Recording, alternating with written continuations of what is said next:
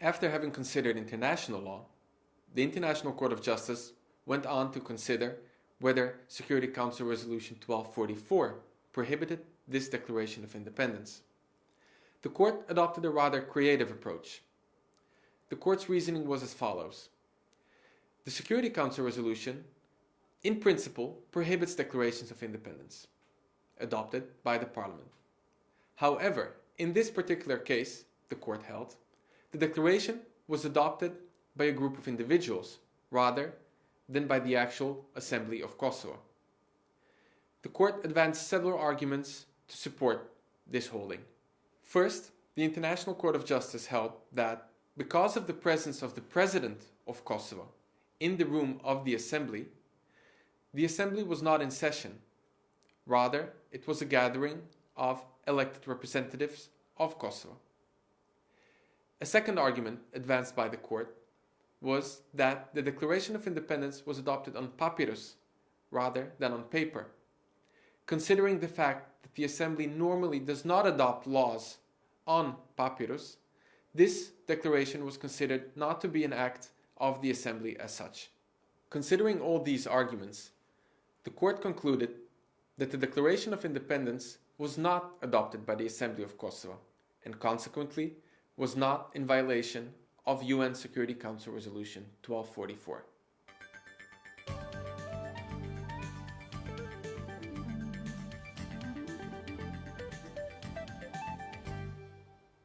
How was the advisory opinion received in practice? I would like to stress 3 points. The first point is that the court was pretty direct in delivering its opinion.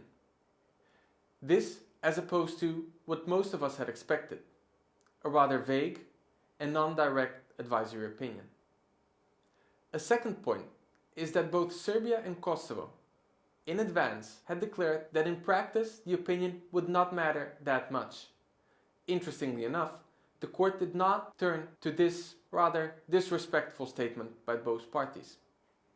The third point relates to the fact that the scenarios advanced by Serbia and Kosovo did not come true once the court delivered its advisory opinion.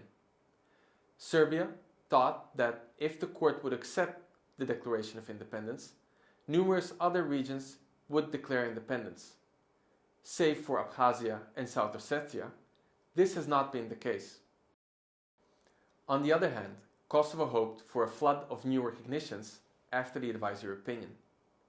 Despite the fact that Kosovo's arguments were in part upheld by the International Court of Justice, only several states, such as Kiribati and Tuvalu, granted their recognition to the Republic of Kosovo once the advisory opinion was delivered.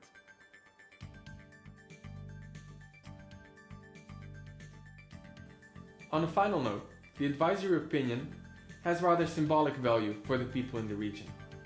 In Pristina, people started celebrating, while in Serbia, people started demonstrating.